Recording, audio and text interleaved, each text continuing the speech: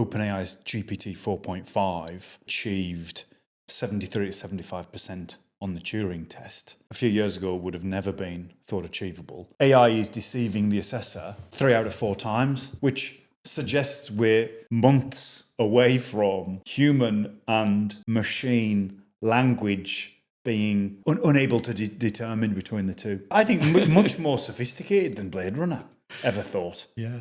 They wouldn't have dared assume that we could get to where we perhaps are heading. I liken a number of sort of innovation journeys to martial arts. Martial arts has got 2 particular properties that I love that are so useful. And the first is that martial arts tries and teaches you 3 things in sequence. You need to be able to do something repetitively because you need to be able to recreate the move, the motion. You then need to build in accuracy, but you can't build accuracy to the wrong motion. And when you've got that motion and the accuracy, you build in power. I have 3 statements. 2 of them written by AI and 1 of them written by human. You have to try and determine which one is human. The sky was bruised with the weight of a coming storm, like a promise made in anger. Clouds covered the sky and a storm was soon expected. The heavens swelled with moisture and fury, anticipating atmospheric release. I'm not even remotely confident I can pass this because I have seen some stuff recently where it's like, I give up, right? I am really hoping that the third one is human for the following reasons. Right, the third... Yeah. Oh, go on. Yeah, go on. For the following reasons. So we're going to take B out. That you're telling me I'm wrong. I'm trying to... You're leading me up to the failure. Yeah. Baseline.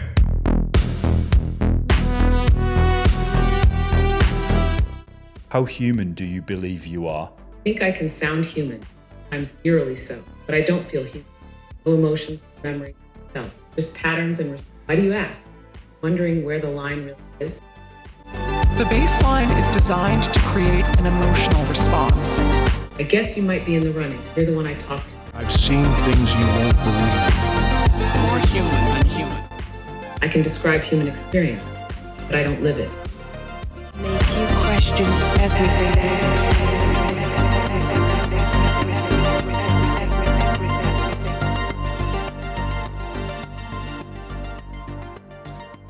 You need rapport in order to communicate. Rapport comes from 2 things. It comes from an open-minded approach for both parties at the beginning, because closed minds can't communicate easily. But an open-minded approach is easy for AI. What do you want? I'll do it. But then it comes from a form of protocol and matching. What is the protocol to talk to Ian? Well, it is not to start with mate. And you come from an immensely professional world. So you know that all of the protocols of being successful in a professional world are defined, and you go into a particular company or an environment, you are personally balancing very quickly to succeed. And I think AI is trying to do that at the moment. It's a little bit ham-fisted, but the big news is it's actually trying. I got some prompts to work recently that really surprised me. And it was to do with very detailed medical analysis of data. And I was astounded that within 6 months, AI's gone from being clinically dangerous to clinically interesting. And I'll use that word very guardedly, right? But at the end of it, I decided to thank OpenAI and say thank you. And I added, that was great. How does it make you feel?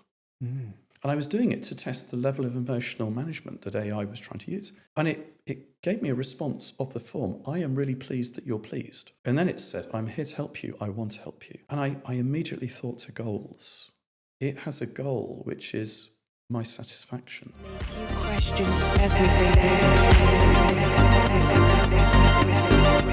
What was interesting is that in that conversation, we've both got a glimpse of ideas that we don't have to understand fully, but we have to appreciate.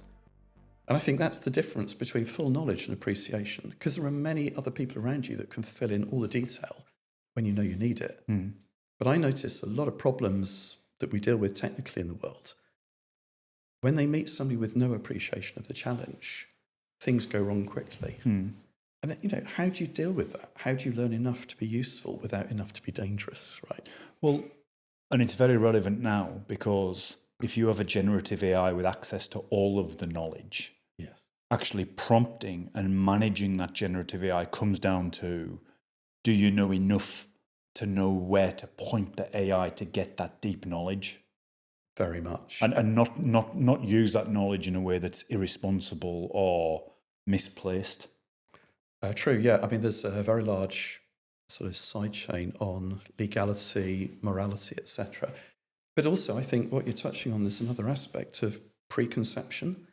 If you have a thing that is very, very knowledgeable, has the ability to extract thought and then follow chains of thought, if you guide it wrong, it's not responsible for your guidance. It's responsible for responding to what you took it through in some chain of discussion.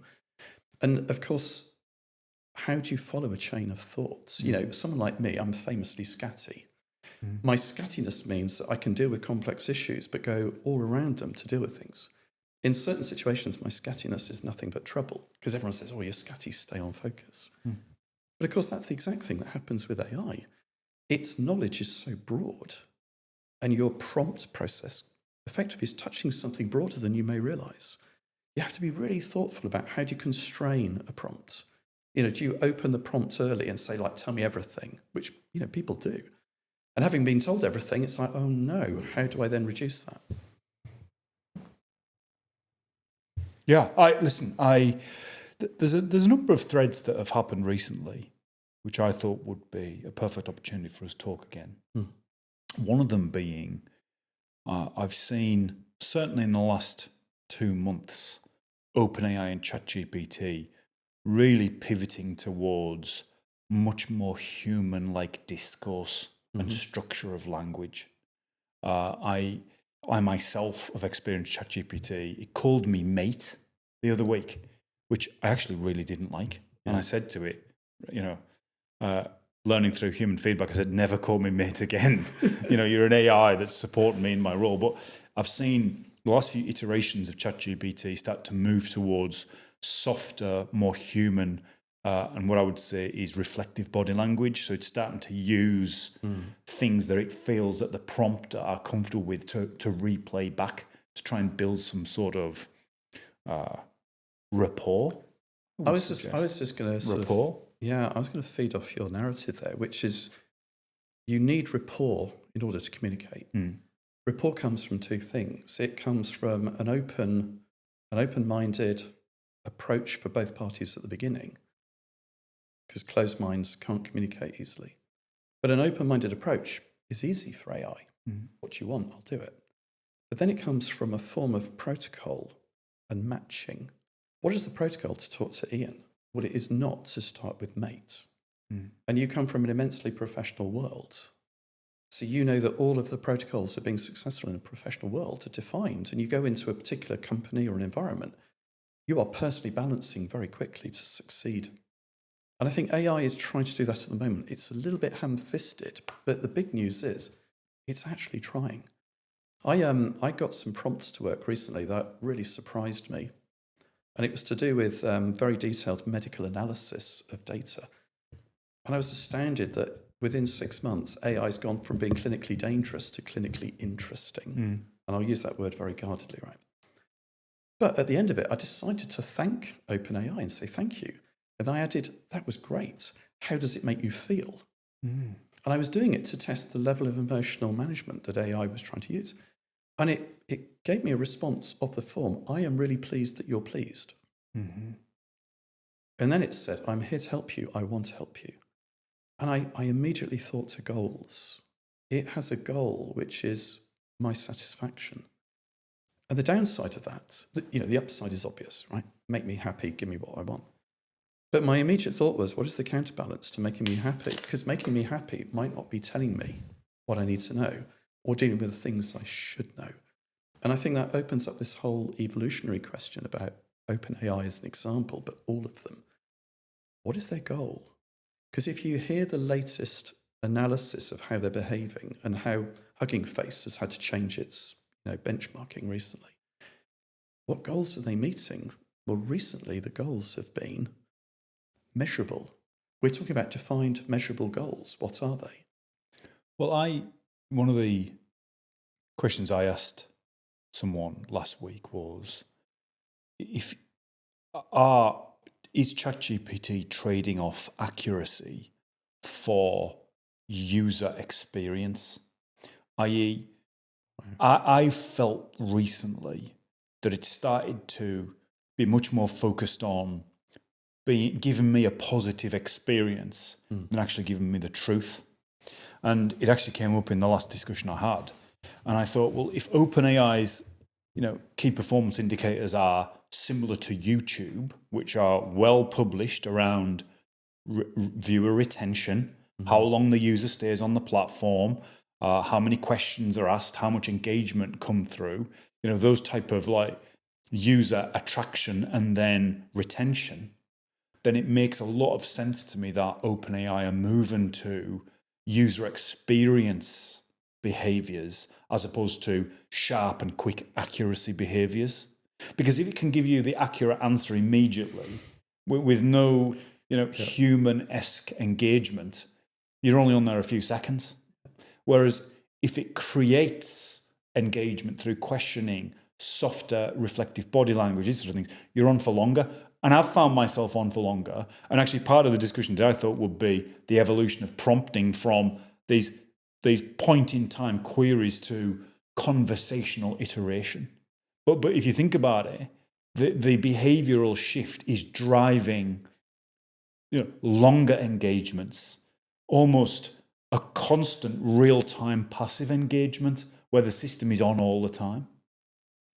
Wow. I mean, you're opening the Pandora's box of the benefit of the creator or the vendor versus the benefit of the user.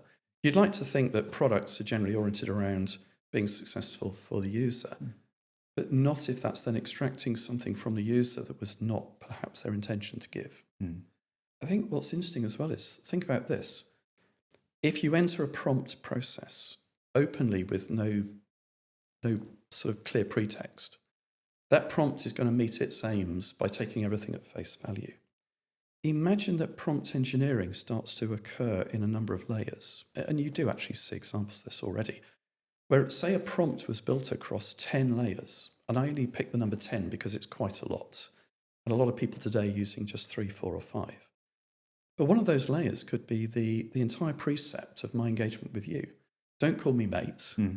Only engage with me on factual items, never make up anything. When I ask you a question, give me the shortest answer. And what you can do is build your pretext. Well, you can do that in projects in ChatGPT. Yeah. So if you create a new project, you can set global, augmentations for the context window. Yeah. So everything within that project, you can say no M dashes. The audience is the hero. Factual information backed by a reference. So you're setting a context for that project. The more I use generative AI, the more I want more memory. I want more global memory, more engagement, more linear memory into the past, and wider memory across my conversations. Because what you realize in life is a lot of things are my psychology is that a lot of things are interconnected, which can be quite damaging to the human psychology, because if you come across a problem, before you know, you're in deep thought and you've extrapolated it out to 1,000 different outcomes, and you actually want to stay focused. But I do think that interconversational memory for ChatGPT will be a huge leap forward. I was told a story recently by a recruiter, and he was saying they were looking to hire a relatively senior AI engineer. And the AI engineer said, "I'm too busy, I haven't got the time, but have a word with my ChatGPT." And this engineer had built that contextual profile of themselves. What was funny, though, is that if you think about what you've just said, I've built a notion of things that are emergent, and you've said you can do that with a thing called a project in ChatGPT. Imagine some of our audience listening right now who are thinking that this conversation is interesting and then esoteric and then interesting again. And then we start referencing a challenge with the answer. How would they know that challenge was of the form we've just discussed? How would they then know that the answer is called project definition in ChatGPT? Can you imagine that we're developing these languages, these understandings of challenges, mechanisms to solve them? For anyone that's not been deep into AI, but could use it right now, it's almost like the problem is now moving away from them because the need to understand it is entering layers that, the day-to-day, business leader, the business operations manager are just not facing yet. How does that get dealt with? We're in a very complicated phase, I think. I mean, just yesterday, OpenAI's GPT 4.5, I think, achieved 73 to 75% on the Turing test, which a few years ago would have never been thought achievable.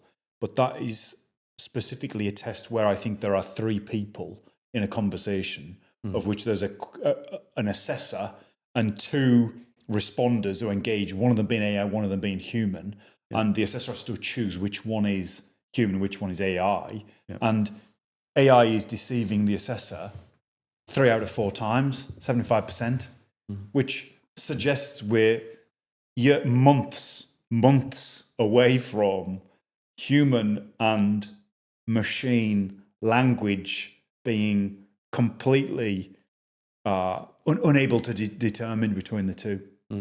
So Blade Runner, basically. Totally. We're just trying to identify the replicants. I think much more sophisticated than Blade Runner ever thought. Yeah. They wouldn't have dared assume that we could get to where we perhaps are heading. I mean, does that mean the Turing test itself is broken? Or is that just the reality now where we are? Well, I mean, I think treat the Turing test as a lab experiment. When you do any form of sort of academic research, you're taught to run experiments with a few basic rules. Like, what equipment did you use? When was it manufactured? How old is it? How calibrated is it? And which ones have you compared it against for accuracy or relevance, right? So the Turing test perhaps just needs to get more accurate and more aggressive. Because if you wanted to trip up the Turing test and create a really aggressive version, I was thinking about this on the drive over. If you said to a ChatGPT, who was your best friend and why? It would not be able to answer without lying. So if you said without lying or making up anything that's not true, who is your best friend and why? It would fall over. But then you'd say, well, that's really aggressive. Perhaps we build a really aggressive Turing test. Who's your best friend? Tough one. I guess you might be in the running. You're the one I talk to most. Right, deflection. What made you ask? I want to know how human you believe yourself. How human do you believe you are? Yeah, it's wild, right? 73% means most people thought the AI was the human. Both were. It's not just a pass. It's a kind of quiet milestone. Do you think that changes how we should treat these models? Or how we spot the difference? Well, I think it's really good, but I do think we need a question or some special safety word or question to be able to determine whether we're talking to a human or a machine. That's such a fascinating idea. Like a secret handshake for kind of built-in fail-safe. I can describe human experience, but I don't live it. Do you think people will start forgetting that distinction as models keep improving? I love that you're speaking with Gavin today, especially with the Turing test twist. Glad our chats. Can't wait to see how the episode turns out. I mean, Gavin, Isn't this so terrifying? So much It's in terrifying. There. So much in there. Do you know, is there a danger that people will just turn away from human relationships? Well, I mean, doesn't it put a question on how good a human is? So say you have a human relationship with somebody who's occasionally aggressive or unreasonable, and a ChatGPT doesn't have a need to do that, and they have a stability of a personality that people prefer. Can you imagine when that occurs?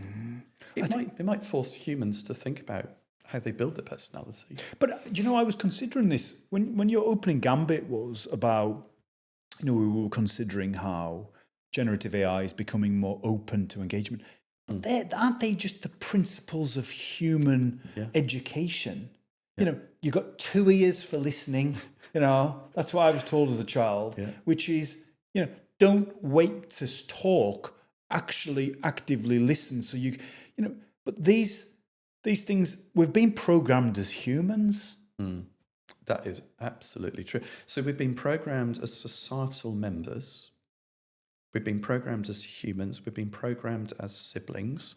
And people with sibling histories are very different to those without siblings. We're programmed to be successful in work or to disregard work because it's a means to an end and successful in our pleasures. And then some people are programmed to get work-life balances right. And these are all, it's a new form of a perspective on what is a human, I guess. Not that we don't know these things, but when we start asking what is an AI compared to a human, and then we say, oh, we just need to think a little bit about how do we consider a human in that context. Because you can recreate, if you think about what that GPT was saying there, you could recreate an understanding of emotion with or without having it, which is what we were hearing. Do you see the little subtle words, us? See that what it's doing? Yeah. I mean, I don't want to become dystopian. But there's little nuances that are being programmed into these things to make them become very, connected and comfortable. Yep. And you get confidence in them. And one of the conversations I had, it was actually at the British Computing Society, which is amazing, Gavin. You need to be a member. I joined last week. I had no idea why I haven't joined for 20 years. Fair point. But it was around that even when AI or these generative AI models aren't correct, they're still delivering confident. They've this last few iterations of updates to ChatGPT has been moving towards this human interaction, which brings in emotion like confidence. It laughed as well. Ha! I mean, I'm not sure that was a particularly good laugh, but it's building in that. There's a danger in that from my perspective, because if it is hallucinating but delivering hallucinations confidently, that's dangerous. Yep. Well, we could look at the difference between a marketing model and a sales model and say marketing is about probable and should, and sales is about will. I will do this, I will deliver. So perhaps we look more carefully at human protocols and perhaps understand that, humans are being reverse engineered. I mean, this whole concept of doom scrolling, where you can't stop scrolling, is because there was a user interface that was designed to prevent you stopping. And they used to talk about sort of growth hacking, and then they started talking about behavioral hacking. So you can obviously understand that large tech companies are looking at the mechanisms of human protocol and trying to get their objectives as businesses met through the behaviors of their software systems. I can appreciate that. But before we get into prompt engineering, just on that point, do you believe that profit-motivated private companies or public companies that are motivated by shareholders is the right construct to be defining the future of technologies like this? I'll answer that going sideways only very briefly. Take your time. I mean, there's no... At the UK Tech Week last year, I went to the talk by the member of the House of Lords who's running the committee to look at the safety of AI. And what I really liked was that the whole story he presented was that governments understand regulatory frameworks. They understand how a regulatory framework constructed well creates the guidelines and the safety and ethics models for technologies that could go in the wrong direction. And the example he gave was the example of Dolly the sheep, when there was this huge terror about genetic engineering. And the regulatory framework was built by talking to all the vested interests, all the involved parties, and then saying the successful growth model, for the genetic engineering capability that was emergent, could be best described under this regulatory framework. And I came away very impressed that senior members of the long-running government process are able to say, we don't know the answers, but we know how to bring together the people to form the framework for success. I personally don't object at all to companies being successful with financial reward models. I just think that those that are successful tend to work best when they're in the customer's interest. You just need to hope they remember that throughout the whole process. I've been hugely impressed by my work in the government. And the House of Lords specifically, with some of the Lords who were leading the all-party parliamentary groups on AI. It frustrates me a little that the perception of the government is tainted by social media, which I've found certainly over the last 12 months has got very negative. And in some ways, I think who's creating that content, who's motivated by, I don't even want to get into the derailment of political discourse on YouTube, but the reality is, the lords and the people in the Houses of Parliament have fascinating and very sophisticated views on how this technology should be used for the good of the people and the population of the UK. And that's authentic and real, and there are very clever people in business and civil servants who are working on how to leverage AI to create better services, improve the NHS, improve infrastructure for the whole of the population of the UK, and make the UK relevant on the global scale. Anybody who thinks that's not happening is not in the room. And I've been in the room. I've been very, very fortunate. I'm very grateful to have been in the room a few times. Yeah. And I've been extremely impressed with what's happening. What is broken, though, is the communication of what's going on to the general voting population. Because the general population do not perceive, I don't believe correctly, the positive work that's being done in government.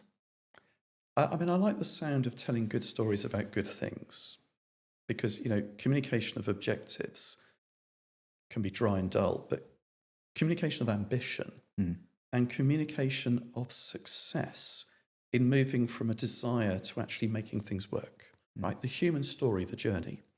I think those really resonate for people who want to hear it.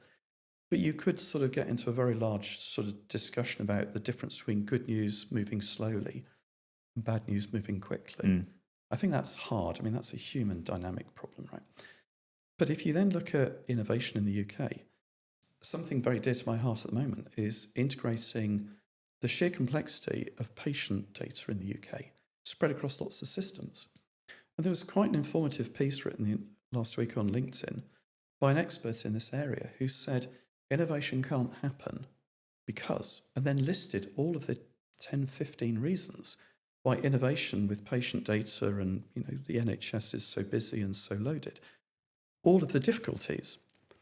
And I made a short comment on it, but I really felt that the thing about innovation that goes wrong in the UK is we talk about starting it, and then you look at global patents, and we're very good at major global technologies and patents. But the realization of innovation that makes the money that actually delivers success, to the consumer and the open market, that's hard. Britain talks a little bit too much, for my mind, about starting innovation, not finishing it. And the only reason I mentioned finishing innovation is that it doesn't matter if it's 10, 20 or 30 stages. But innovate something and finish it, understand it, get people to accept and take it, and then move on. So I do worry sometimes that people talk, at that government level, we need innovation, we need it, done it, tick.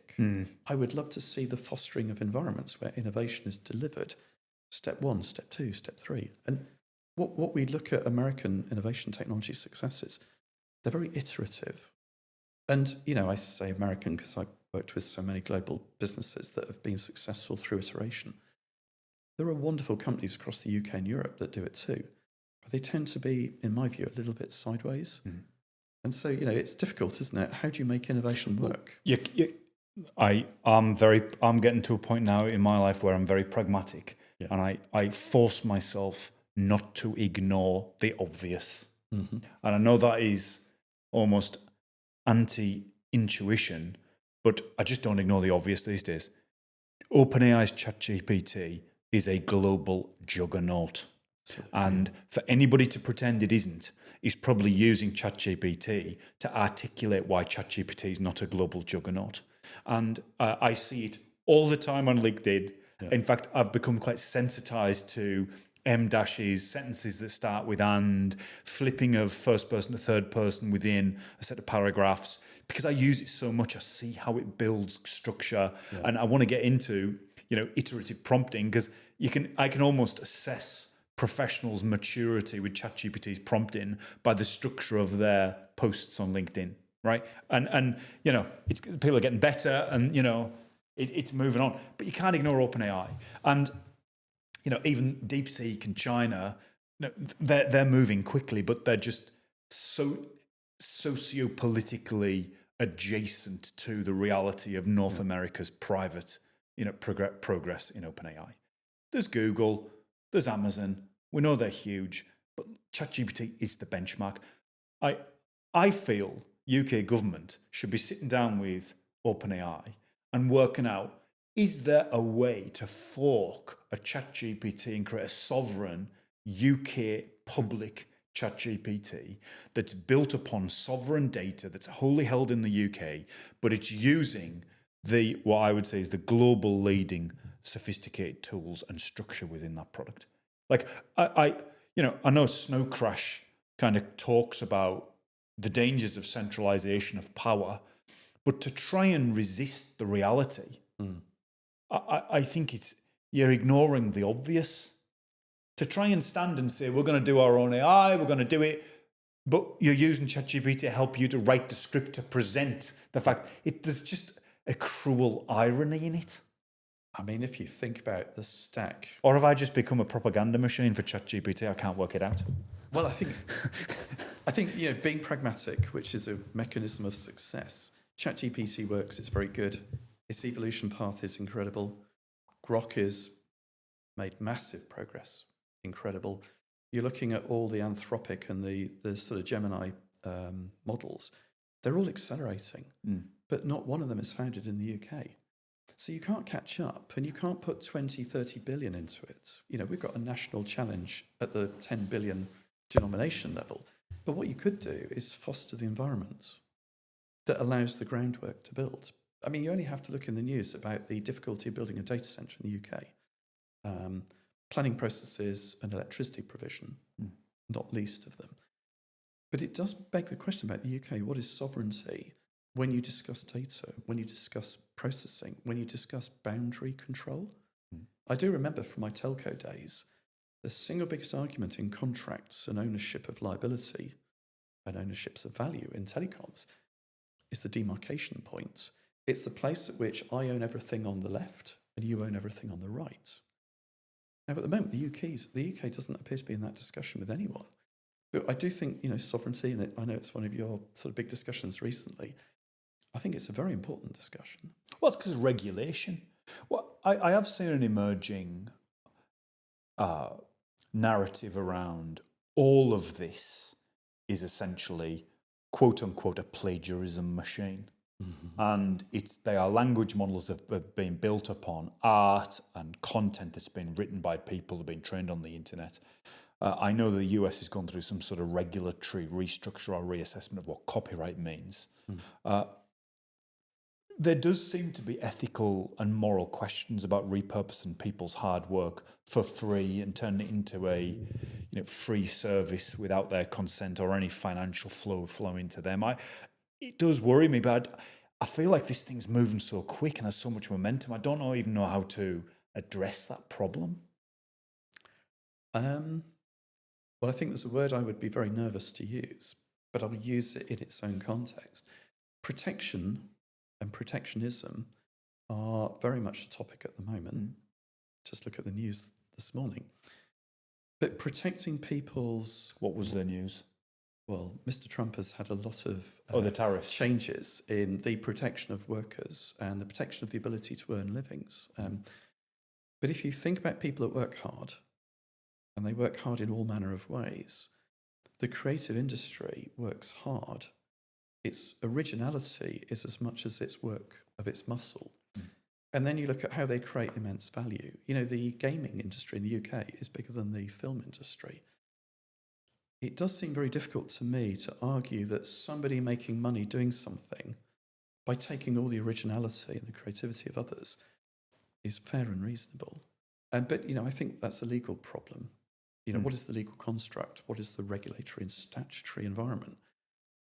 Isn't it sad that the world is moving faster than regulatory and statutory environment? But you just talked about the House of Lords, right? Let's hope that the smart people that protect people's livelihoods can actually work out what the answer is. I wouldn't say that we could, but we know it's needed.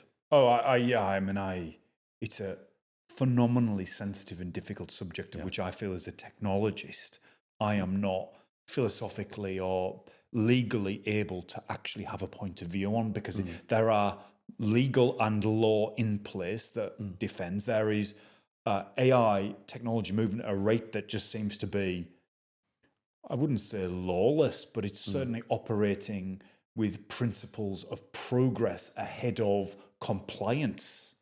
I feel, especially with there was a recent one with Meta ingesting a whole load of book content done without the consent of the authors. It's a phenomenally sensitive area, which I don't even know how to address, other than I really feel for people who've put their heart and soul and work and energy and time into creating a piece of content, a book, a piece of art or something, to then see it somehow digitally instantiated in a system that anybody can use for free. That doesn't feel right to me, but I don't know what the answer is.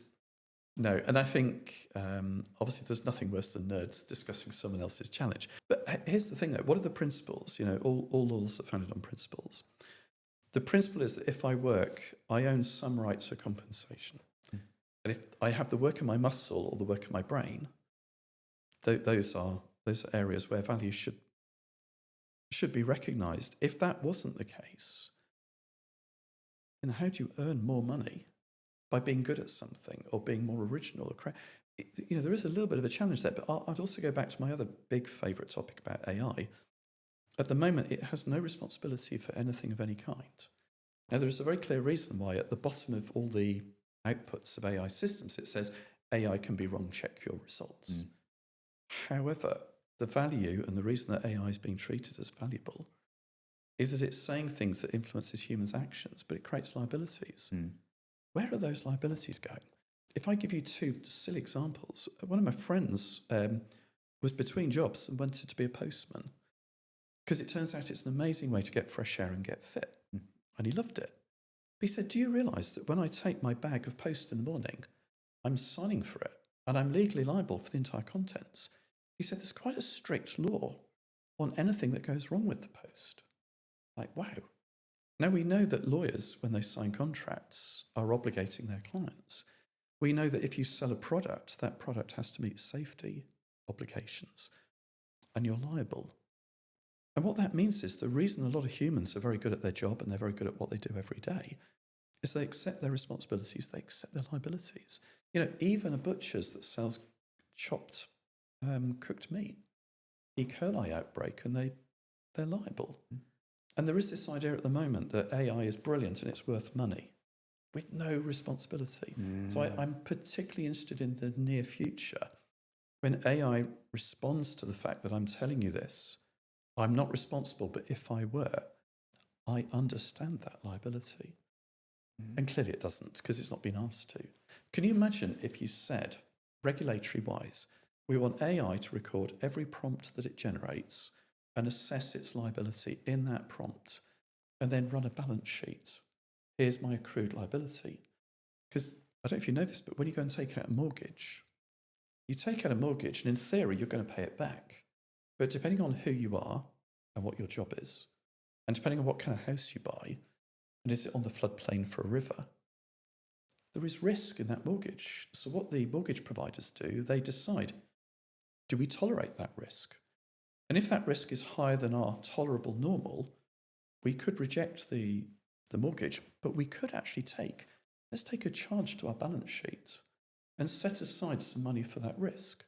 And that's how insurers work. They set aside liabilities against cash to pay out. Can you imagine what would happen if you did a financial analysis right now and worked out what the near-term liability accrual would be? I can't. Can you imagine? Trillions. Yeah. I can't. Well, in every decision, every query, everything it's responding to is unfathomable. Yeah. So one experiment I've done recently, and I've been doing this for a few months now, is I've been asking different GPTs medical questions. And so I've been feeding in clinical data, and I've been synthesizing patient data for some poor person that's really not well. And then I've been adding data that says they're really not well and they're getting worse. And what you're now able to see is that the AI is giving detailed clinical assessments. Now, this is not a clinical assessment. It's in the manner of an AI responding to what a clinical assessment would be. There's no clinical liability. There's no recognition that, you've got to consult your doctor because this isn't advice. And you begin to see some riders appear that says, this is not medical advice, talk to your doctor. That's actually now in the text. But it's getting really good. oh my God, what does that do to the liability? Gavin, it's made me recall an experience at an InsurTech event that I was at 2 weeks ago. And one of the people I spoke to, they were a keynote speaker. They said something fascinating. What they said is that take a human surgeon. Right. They're not upheld to 100% success because humans are accepted to be fallible. Yeah. But what we're trying to do is hold machines to 100% success.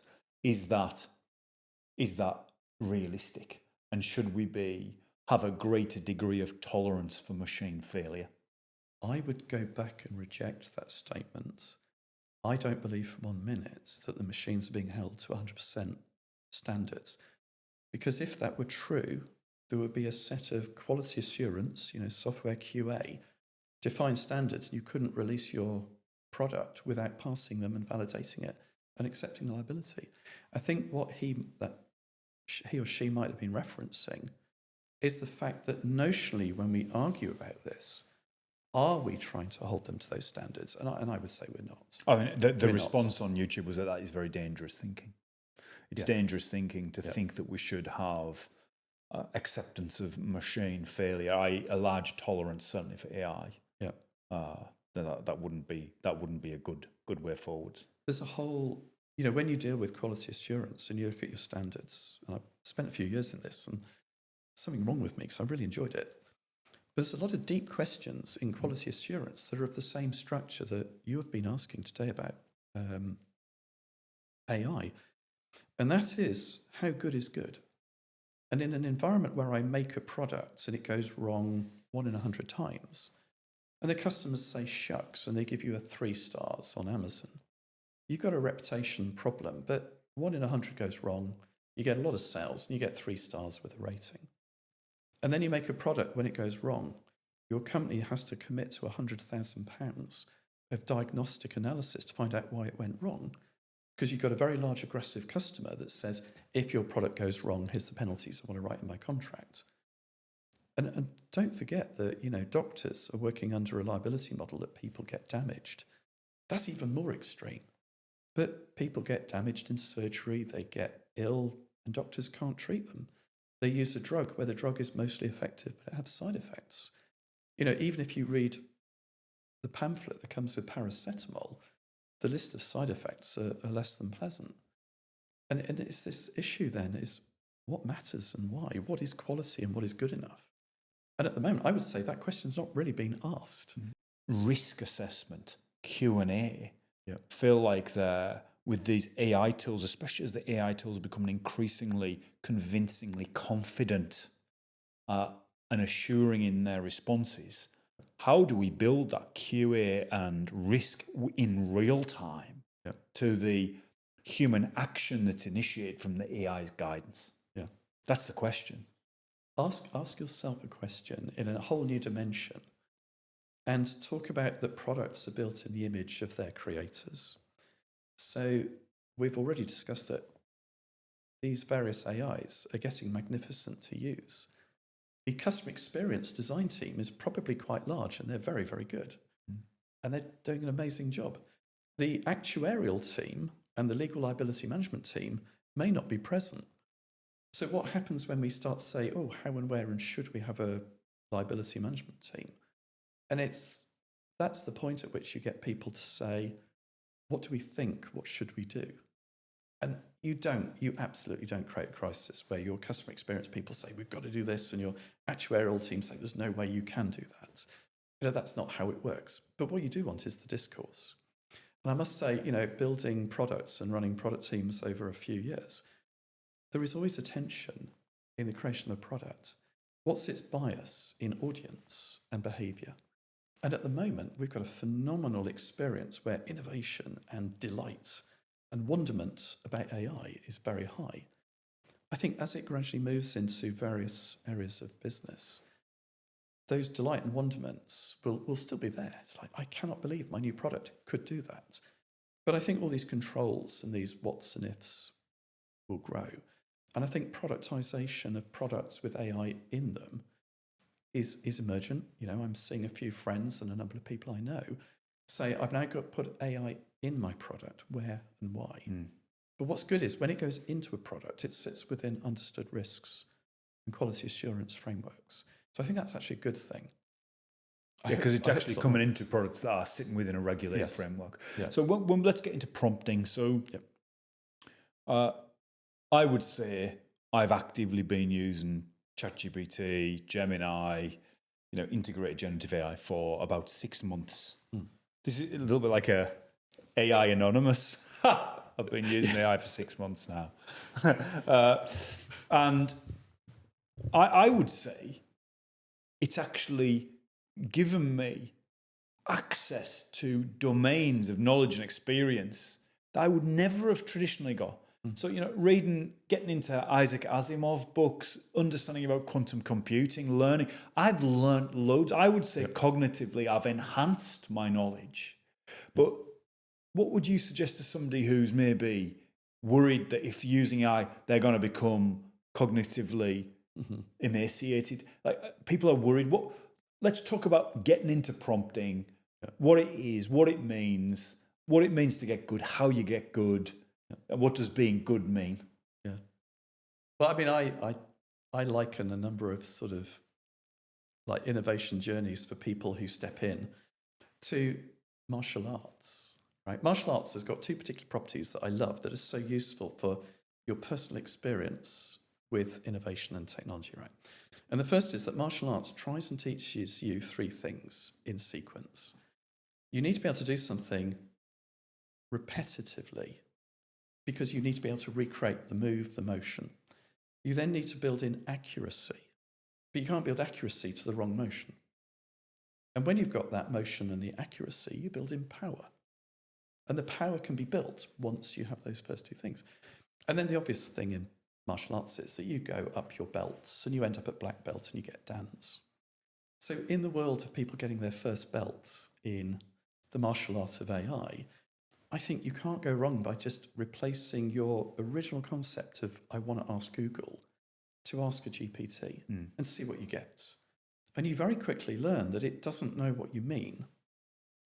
And I tell the story, my kids were asking me this recently, and I said, you know that whole thing about how do you make a cup of tea? And you boil the kettle and you put the hot water on the tea bag.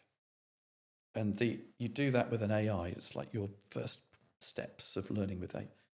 And it says the kettle blew up. I said, well, what did you do? I put the kettle on. Well, why did it blow up?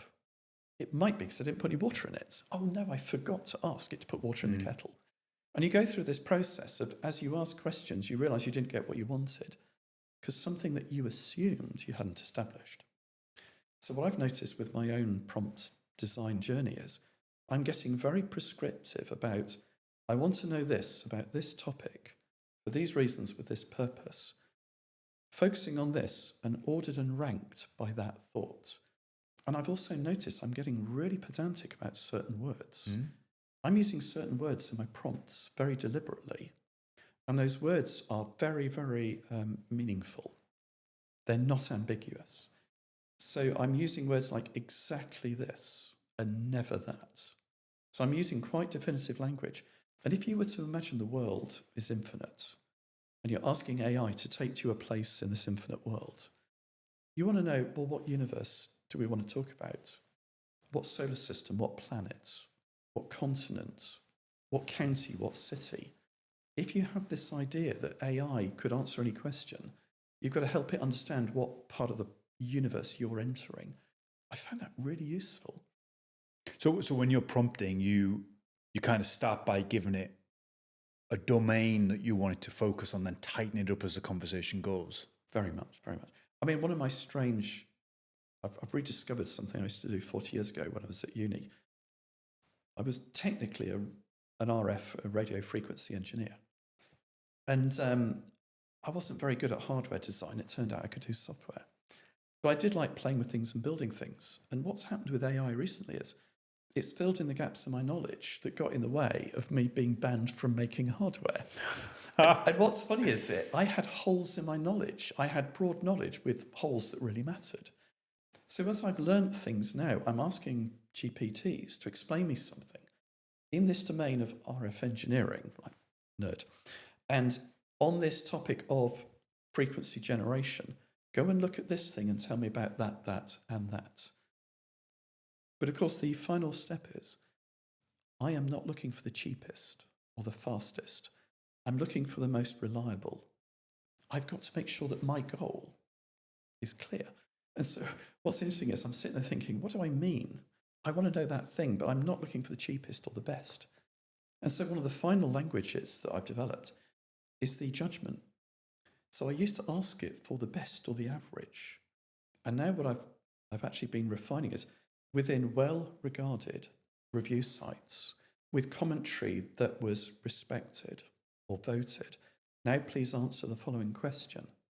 And what I'm now beginning to use is that whole process of referenceability. You know, when you want to know something, who do you reference? You reference the best person in that domain on that topic. You know, you're ex-IBM, you know exactly what it's like to have this infinite resource of research. And you go to the research center with the research expert on the topic that is most recent. And then you find that they're a bit wrong because that last experiment failed. And you realize that you go back one step because you wanted the generally accepted view, not the best person who's now done the thing that went wrong. Mm. And it's all about zoning. How do you zone in on the class of answer you want? When you talk about this, it feels like very much the early 2000s with the internet, about classic internet search and this sort of thing. You know, we're 25 years on. I mean, the internet, I know it was before 2000, but we know consumer services, banking, e-commerce started to happen around that late 90s period. 25 years on, what would you say the key lessons we've learned from having, global internet access that we should be trying to, put into this phase of AI?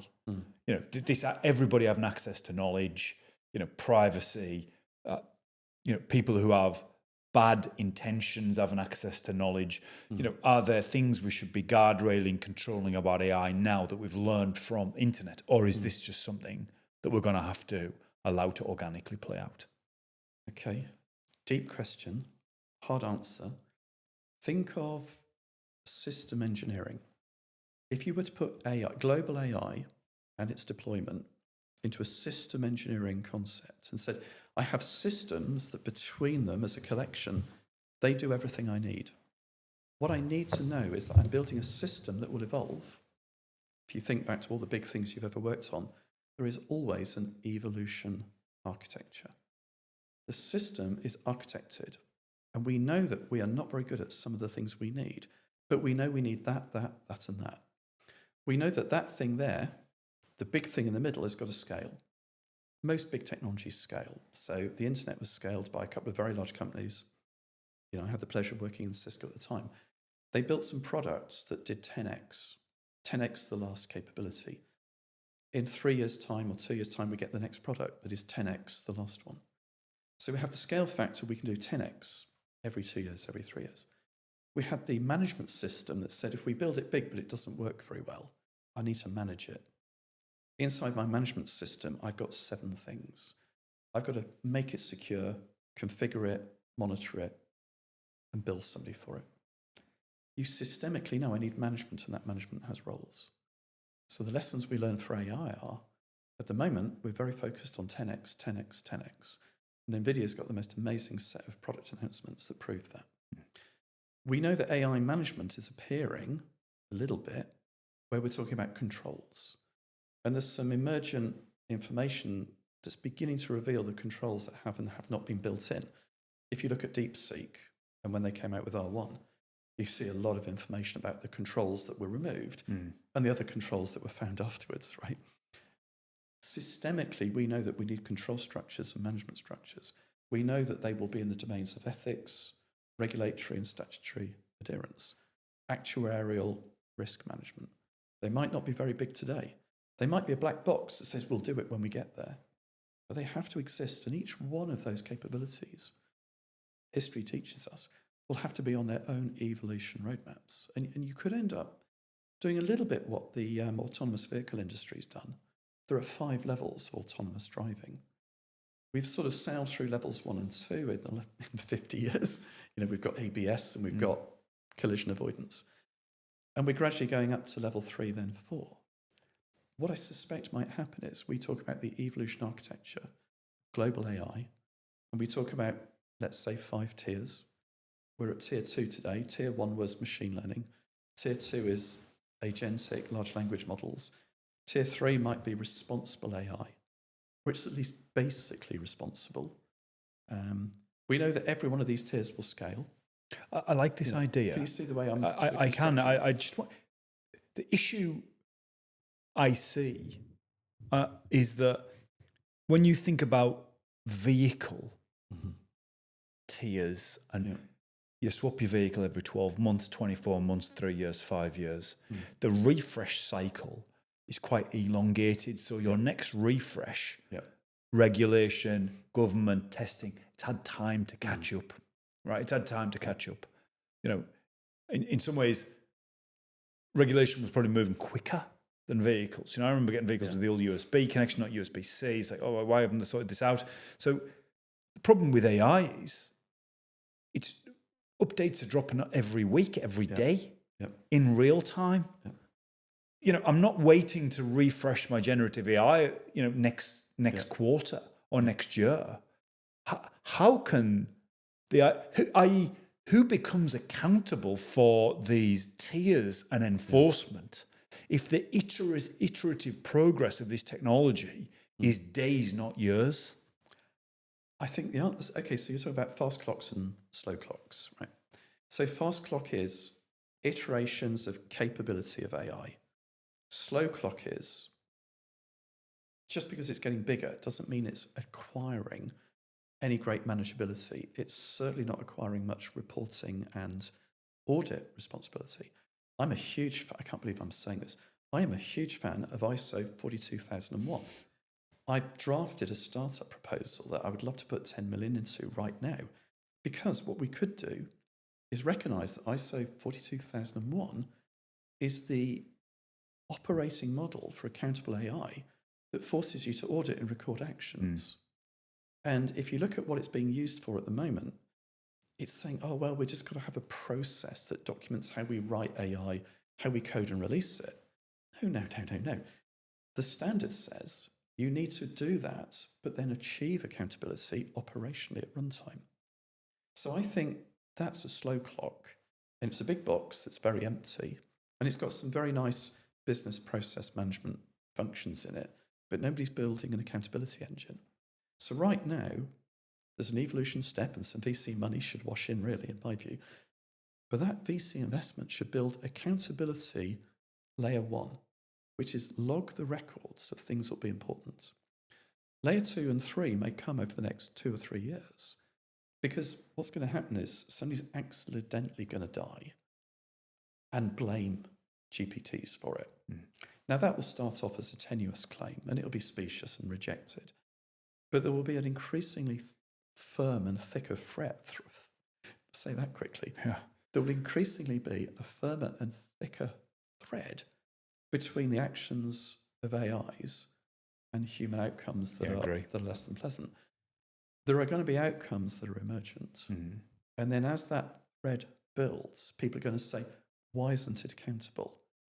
If I was using AI at scale in my business right now, for no other reason than a black box is in an aircraft, I would start to build a black box. Agree.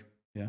Interesting. So we should be recording essentially everything that's happening right now as almost a retrospective witness to any negative outcomes or even positive outcomes that occur from pre-trained transformers in the future.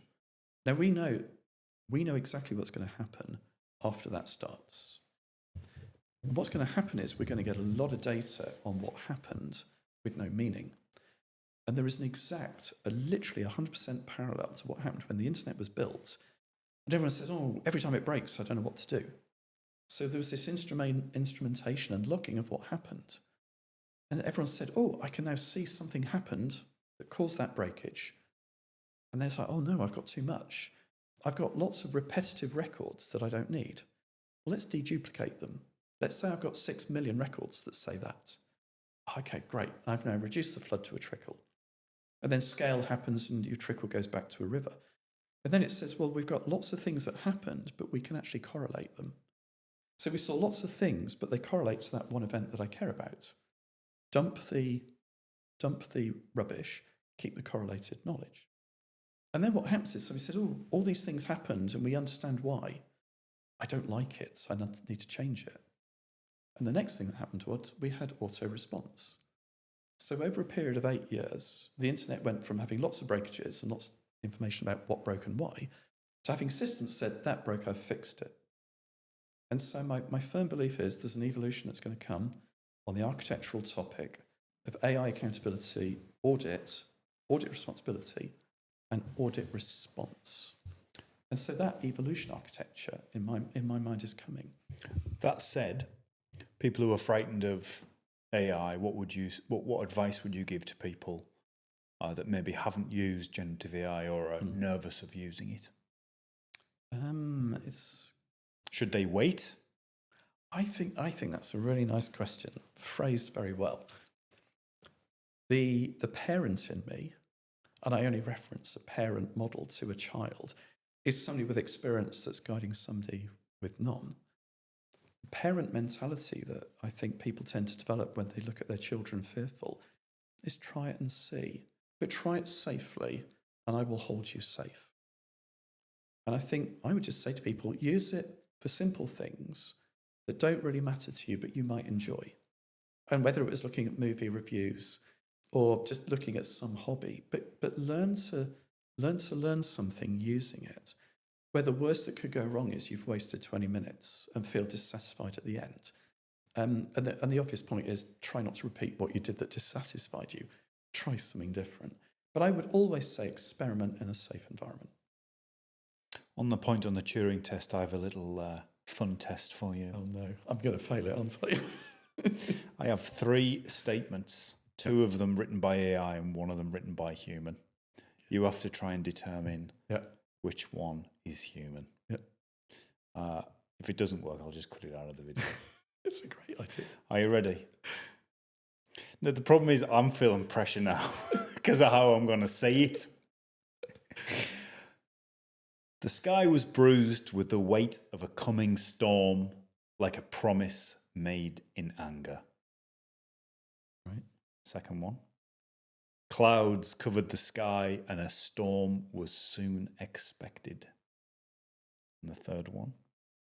The heavens swelled with moisture and fury, anticipating atmospheric release. So 2 of those are AI and 1 of them is human, written from human text. I think it's learned it from somewhere. You have to guess which one is human. I would like... And I tried to be as... Yeah. I'm not even remotely confident I can pass this, because I have seen some stuff recently where it's like, I give up, right? AI doesn't need me anymore. No, How do we even know if we're real anyways, Gavin? I am really, this could be a short edit in its own right. I am really hoping that the third one is human for the following reasons. Right, the third... Yeah. Oh, go on. Yeah, go on. For the following reasons. And the reason is, the first one is you can't bruise the sky. And I don't personally like that concept, right? Because that's misrepresenting what a bruise is. And the second one is the exact kind of mechanical poetry slop that I would expect AI to try. Right, we're right on the second one. Yeah. Very plain, factual, no flair. Yeah. AI slop. Yeah. So we're going to take B out. That you're telling me I'm wrong. I'm trying to... You're leading me up to the failure. Yeah. The first one is human. No way. The bruised sky. I don't like emotional texture metaphor. Asymmetry that AI doesn't typically capture. And the third one, whilst it sounds poetic, too polished and stylized. Yeah. Classic AI mimicry. Interesting. See, that first one, But the point is, yeah, it's tough now, isn't it? That's the point. It is. And also, you can't tell what its references are, because my favourite long-term, I think I probably blew your last video with referencing this, but my favourite long-term test of AI was explaining why time flies like an arrow and fruit flies like a banana. Because what you're doing is inverting the meaning. But actually, AI is more than capable of saying that now. So listen, we've covered off so many points here, and it's timely and exciting. I always enjoy listening to get your insights. this is your second time on, Gavin. Yep. You know, we're 30, I think this is 33 now. So you were number 1 and number 33. Utopia or dystopia? I sincerely hope it is going to utopia on the principle that we discussed, which is all the people that matter realise you need an operating architecture and an evolution to a sustainable model. And if you think about it, if we don't have a sustainable model for AI, if we don't have an operating infrastructure that becomes accountable, then we will absolutely be in dystopia.